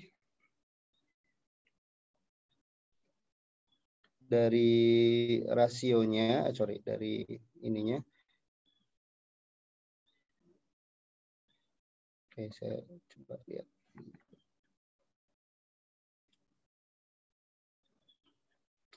Nah, kalau kita sandingkan ya, ini nih yang rasio banking. Kalau dia menggunakan banking, di antara yang lainnya, ini yang paling sedikit menggunakan ngisi pulsa lewat banking. Kalau banking misalnya kayak e-banking, pakai m-banking misalnya, ngisi pulsa lewat ATM misalnya, nah itu banking tuh ya. Nah itu di antara segmen yang lain, ini yang kecil nih, ini yang kecil. Convenient juga kecil. Convenient itu ilustrasinya kalau dia ngisi pulsa di Indomaret misalnya, itu convenient. Nah itu juga kecil. Terus juga modern juga nggak terlalu. Jadi kalau bisa dibilang channel dia ngisi pulsa ini masih tradisional banget, yang masih harus datang ke toko pulsa, ke abang-abang pulsa yang di pinggir jalan gitu, terus dia isi pulsa di situ. Atau yang masih pakai voucher tuh ngisinya tuh. Nah ini segmen 1. Berapa hari dia ngisi pulsa? Nah ini rata-ratanya dalam 1 bulan dia 6 kali. 6 kali ngisi pulsa dalam 1 bulan. Itu cukup banyak ya, berarti cukup banyak. Ya karena dia ngisinya tadi ngecer mungkin ya. Nah, untuk yang klaster kedua masih sama inconvenient, tapi modern tuh berarti 75% modern. Berarti dia udah mulai tadi yang voucher yang tradisional, kalau ini yang udah digital kalau nggak salah. Ya. Tapi kurang lebih masih mirip nih klaster sama klaster yang sebelumnya. Nah, klaster 3 itu sudah pakai banking, sebagian besar udah pakai banking. Sudah pakai banking, cara ngisi pulsanya atau ngisi paketnya. Yang keempat ini juga menarik. Yang keempat ini sebenarnya mirip sama yang klaster 1 tadi. Tapi yang membedakan dia dengan klaster 1 adalah ini nih. jumlah dia ngisi pulsa dalam 1 bulan. Nah, atau dia beli paket dalam 1 bulan. Yang tadi kan 6 kali dalam sebulan. Ini bisa sampai 14 kali. Berarti kalau kita boleh bilang, ini yang suka bolak-balik ke toko pulsa nih, yang orang-orang yang kayak gini nih. Yang klaster 4 ini nih. Yang ngisinya cuma 5.000 atau 10.000 gitu. Nah, ini yang kayak gini nih. Mungkin pelajar ya, banyak kali yang pelajar kayak gini ya. Nah, yang di segmen 4. Yang terakhir di segmen 5. Ini segmen 5 ini erat kaitannya sama yang data tadi. Jadi dia udah pakai banking, mungkin ngisi pulsanya di Shopee, ngisi pulsanya di GoPay dan lain-lain. Nah, ini segmen 5 nih kayak gini. Terus udah modern juga gitu. Jadi emang udah ini yang paling ini yang nomor 5 sih, yang paling paling canggih lah ya di antara yang lain. Nah, kita tadi punya 3 pembagian klaster tadi. Jadi klaster 1 by usage, yang kedua by revenue, yang ketiga by recharge. Nah, dari situ kita kombinasiin. Karena kan ada 3. Saya langsung kombinasiin aja deh. Jadi kalau dikombinasiin nanti kan dia kebentuk ini kalau bacanya kan tadi ada 3 ya. Ada 3 yang ini nih. Kalau kita kombinasiin 5 kali 5 kali 5, itu ada yang 111 misalnya. Jadi ada yang orang yang suka teleponnya lama, juga dia misalnya suka beli paket, terus dia secara transaksi segini tradisional non banking, nah misalnya. Nah, itu klaster 111. Klaster 112 gimana? 113 gimana, dan seterusnya. Jadi kombinasi dari semuanya itu jadi klasternya. Oke, kebayang ya. Saya coba bacain contoh aja ya. Contoh misalnya yang ini, yang klaster 3.2.x ya. X itu bisa 321, 322, 323 dan seterusnya. Nah, ini kalau bisa dilihat secara ininya, voice hariannya tinggi. Voice bulanannya enggak tinggi. Jadi yang menonjol di sini adalah transaksi dari voice harian, baik transaksi maupun persentasenya. SMS-nya dikit, broadband-nya nggak gede-gede banget, walaupun ada di Slim 323 itu yang broadband bulanannya lumayan ya, sudah mulai lumayan. Tapi tetap yang ini adalah yang voice ininya. Nah, kalau kita lihat dari sini, maka voice harian ini kebanyakan masih dia kebanyakan fokusnya di voice nih. Ini orang-orang ini pakai voice, tapi nggak dipaketin. Paketnya masih nih, paket usernya masih 50%. Belum semuanya menggunakan paket nih walaupun dia voice. Jadi mungkin bisa kita tawarin voice harian. Ini karena dia masih menggunakan pulsa buat teleponnya nih kebanyakan. Jadi kalau rekomendasi ya udah orang-orang yang seperti ini yang ada di klaster ini di ketiganya di 321 sampai 325 itu nanti kita tawarin voice harian misalnya. Kayak gitu. Oke, saya coba contoh yang lain misalnya yang ini. Kalau ini kalau kita tahu dia voice-nya lumayan ya, 40-an%. Broadband-nya juga cukup tinggi gitu ya, sampai 60%, walaupun SMS-nya sedikit. Nah, kalau ini bisa kita kombinasikan, sebenarnya dia bisa belinya combo aja gitu ya. Mungkin buat dia bisa lebih hemat, tapi revenue kita bisa bagus juga gitu. Kalau misalnya orang-orang yang kayak gini tertarik sama promonya kita. Nah, khusus untuk yang 524 nih ada contoh. Dia package user di mana sih ininya? Nah, voice hariannya di antara yang lain itu yang paling menghabiskan paling banyak ya. Ini di antara 521 sampai 525, 524 ini yang menggunakan voice harian yang paling banyak, dan dia paling suka bolak-balik ngisi pulsa tadi ya kalau kita lihat ya. Tapi dia suka paket juga. Nah, paketnya juga paling banyak. Berarti setiap hari nih orang-orang ini kalau mau telepon memang dipaketin nih. Ini udah cuman paketnya paket harian. Nah, kalau misalnya kita bisa tambahin dia paketnya jadi bulanan gitu, kita dapatnya di depan tuh. Dapatnya walaupun misalnya yang kepake cuma berapa gitu, tapi paling nggak ini bisa orang-orang ini bisa kita tawarin untuk paket combo untuk bulanan gitu.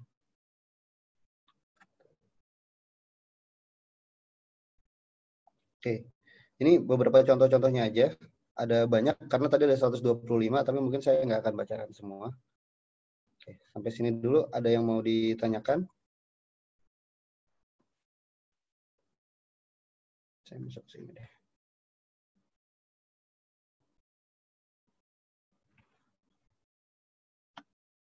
Oke. Jadi ilustrasinya adalah kalau di telco, tadi agak berbeda dengan yang di Susu Bayi tadi ya.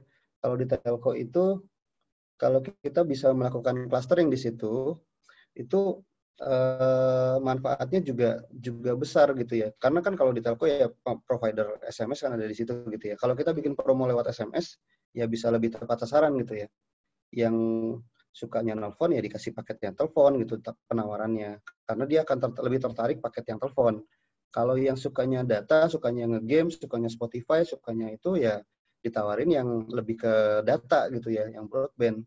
Jangan ditawarin paket SMS, paket telepon, karena nggak akan masuk gitu. Jadi kita lebih selektif lagi gitu dalam melakukan campaign nantinya.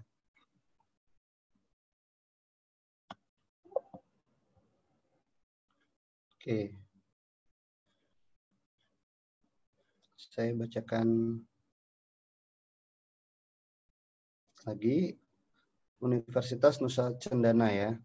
Bagaimana cara kita tahu klaster yang kita bentuk sudah optimal? Untuk kasus ini apakah secara intuisif atau ada kriteria tertentu? Ya tadi untuk optimal tadi ada metode WSS plot atau apa gitu ya. Tapi benar, intuisif emang perlu banget di klaster karena tadi sifatnya subjektif tadi. Walaupun kita tahu nih misalnya 6 klaster, tapi nanti ketika kita biasanya memang bolak-balik Mas, kita bikin klaster, kita profile, terus profilnya sudah jangan-jangan masih ada profil yang mirip gitu ya. Jadi entah ada 2 klaster yang profilnya masih mirip, mungkin bisa jadi 1. Nah itu mungkin kita balik lagi, kita bikin klaster yang lebih sedikit lagi, baru kita profile lagi, sampai dapat yang hasilnya bisa bermakna buat bisnis gitu. Itu mungkin jawabannya.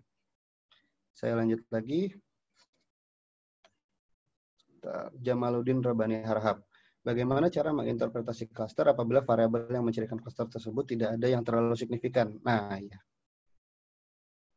Apabila variabel yang mencirikan klaster itu tidak ada yang terlalu signifikan, ya berarti kita harus merevise. Mungkin banyak sih. Bisa jadi kita merevise klasternya karena pertama kali saya bikin klaster juga nggak signifikan awal-awal. Nah, dulu itu kita cek lagi. Biasanya cek and recheck terus tuh. Ketika nggak signifikan atau klasternya ada yang terlalu besar, ada yang terlalu kecil, itu kita cek lagi datanya. Mungkin ada outlier di situ.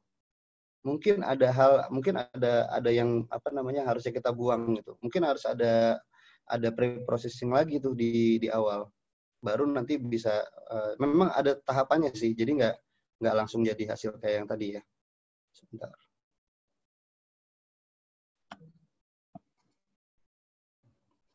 Ya, kalau dia nggak signifikan ya berarti harus dilihat lagi Mas Jamal. Bisa jadi pemilihan klasternya juga bisa berpengaruh. Misalnya kita bikin 10 klaster nih, kok yang 6, 7, 8 kayak nggak ada bedanya ya, nggak signifikan nih, apa yang mencirikan dia ya nggak ada. Nah itu bisa jadi karena kita terlalu banyak ini gitu ya, variabelnya terlalu banyak klasternya gitu. Nah itu kita bikin lagi aja tuh, kita padatin lagi, mungkin klasternya lebih sedikit lagi biar ada cirinya gitu. Karena intinya di klaster itunya sih yang harus dilihat. Jadi apa sih yang mencirikan klaster ini gitu? Variabel mana sih sebenarnya gitu? Apakah pernah ada kasus di mana hasil klaster tidak sesuai dengan keinginan pihak terkait? Misalkan hasil klasternya tidak relevan, bagaimana cara? Banyak banget. Ada kasus yang nggak sesuai sama bisnisnya gitu ya. Misalnya contohnya, kayaknya nggak kayak gini deh Mas, tapi data Anda bicaranya gini gitu. Nah, itu lagi-lagi. Jadi kalau kita bicara data scientist tuh ada 3 elemen yang nggak bisa dipisahin. Nah, elemen pertama adalah statistik. Kita ini statistician. Elemen keduanya adalah komputasi. Ya statistik dan matematik lah ya. Kalau di sini ada anak matematik, takutnya nggak kesebut. Jadi statistik dan matematik tadi. ditambah komputasi, karena kan kita butuh algoritmanya. Sama yang terakhir adalah yang nggak bisa dipisahin juga, bisnisnya. Jadi kalau datanya nggak sesuai sama yang biasanya mereka ini, ya kita rapat dulu tuh, kita diskusiin dulu, kira-kira kenapa gitu. Mungkin pemilihan variabelnya memang nggak sesuai, bisa jadi. Karena bisa jadi ada variabel-variabel itu yang sebenarnya nggak relevan sama bisnisnya. Bisa jadi itu dibuang. Nah, dulu kita pernah ngalamin juga, ini contoh yang di telco juga, kan tadi saya bilang ada 150 variabel gitu ya. Kita coba masukin semua ya, emang nggak semuanya relevan, harus dipilihin dulu. Kalau itu kita masukin semua, bisa aja datanya gede ya, bisa dengan teknik komputasi sekarang rasanya memungkinkan gitu untuk bikin kayak gini gitu ya. Tapi apakah hasilnya sesuai sama bisnis? Belum tentu.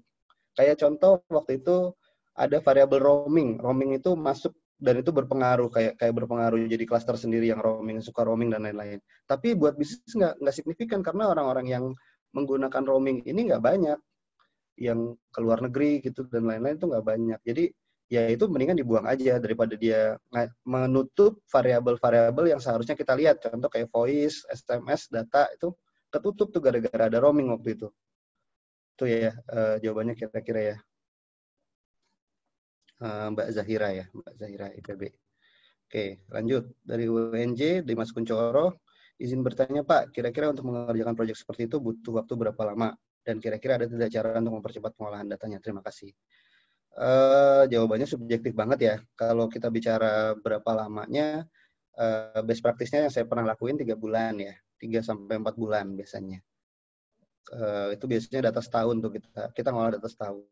Terus cara mempercepat pengolahan datanya ini lagi-lagi tergantung datanya klien. Data klien itu macam-macam bentuknya tadi, ada yang udah rapi, ada yang memang kita masih harus ini lagi. Yang paling lama itu ya nge-cleansing sih. Kayaknya 70% project itu dari kalau kita iniin itu ngebersihin data tuh, ngerapihin data sebenarnya. Baru 30%-nya analytics. Mempercepat pengolahan data ya tentunya. Sebenarnya gini sih, kalau kita yang lama adalah biasanya memahami proses bisnisnya. Biasanya itu dulu. Kalau kita tahu proses bisnisnya, ngolah datanya juga bisa cepat karena kita tahu mana celah-celah yang harus kita olah. Oh, data ini nggak perlu diolah, yang ini perlu, yang ini bisa di-merge, yang ini enggak gitu. Nah, itu kalau kita tahu proses bisnisnya bisa lebih cepat. Satu. Yang kedua software, ya pasti ya ngaruh ya. Yang namanya apalagi kalau datanya udah besar banget. Ya pemilihan software juga penting sih buat membantu mempercepat pengolahan data. Mungkin kalau kalau di sini kalau buat studi biasanya pakai R ya. Pakai R ya, nanti kita lihat. Tapi ya saran saya sih sebagai praktisi ya, kalau di sini saya sebagai praktisi jangan fanatik sama satu software tertentu saja. Karena di dunia luar itu ya macam-macam gitu ya. Pahami saja filosofinya, pahami saja konsepnya, bukan softwarenya. Karena softwarenya bisa apa saja sebenarnya. Tapi konsepnya itu gitu. Konsepnya kalau cluster harus ada ini, harus ada ini. Kalau stepnya cluster harus ada standarisasi, harus di-cleansing dulu. Kalau pakai K-means berarti harus numerik. Nah itu pahami konsepnya aja. Softwarenya nanti bisa ngikutin. Kebetulan adanya SAS ya pakai SAS. Kebetulan adanya R ya pakai R. Pakai Python ya pakai Python gitu. Tapi konsepnya sama. Gitu kira-kira. Terus penentuan jumlah klaster optimum dilakukan dengan penggunaan indeks validitas.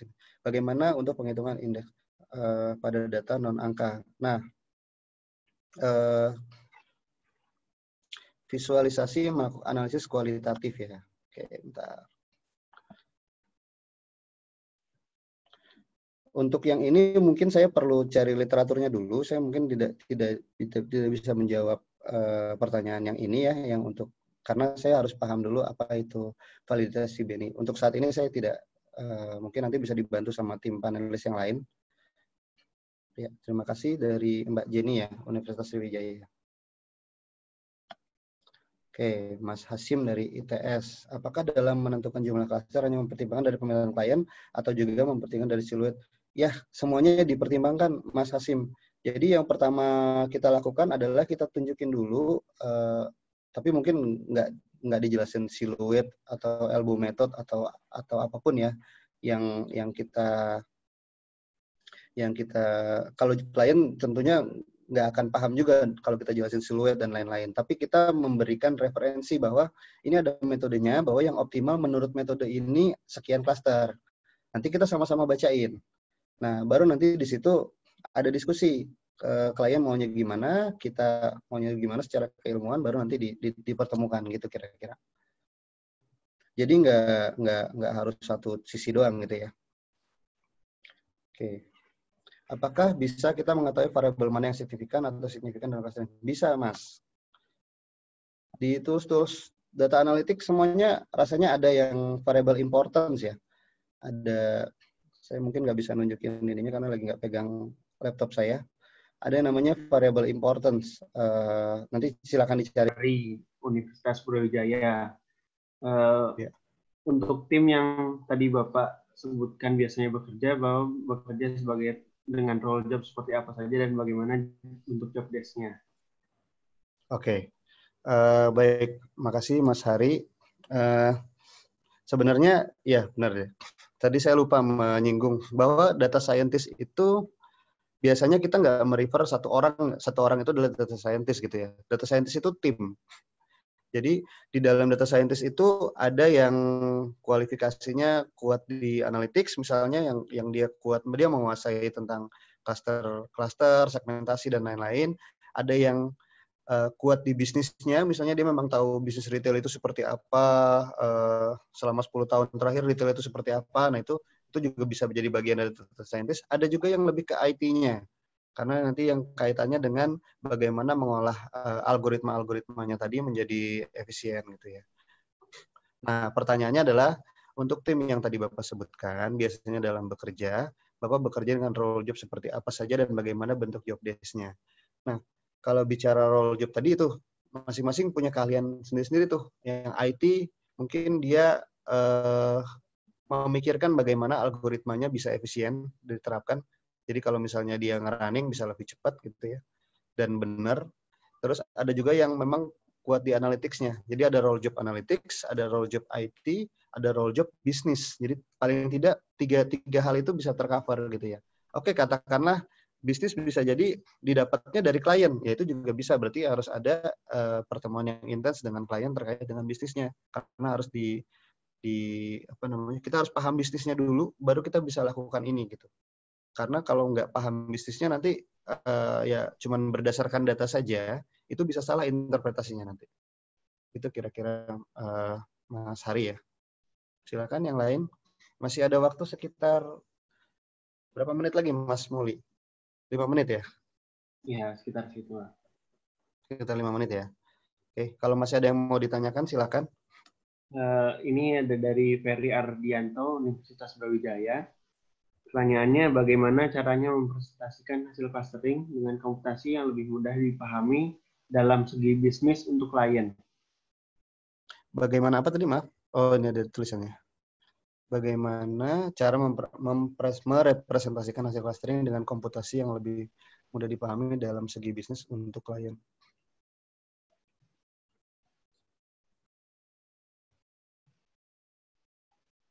Sebenarnya kata kuncinya adalah bagaimana mudah dipahami kan ya. Kalau bagaimana mudah dipahami sebenarnya pertama gini, clustering itu tools ya, statistik itu tools. Nah, yang kita harus lihat siapa yang mengkonsumsi nantinya. Ketika yang mengkonsumsi hasil ini adalah dari sisi bisnis sebenarnya ya.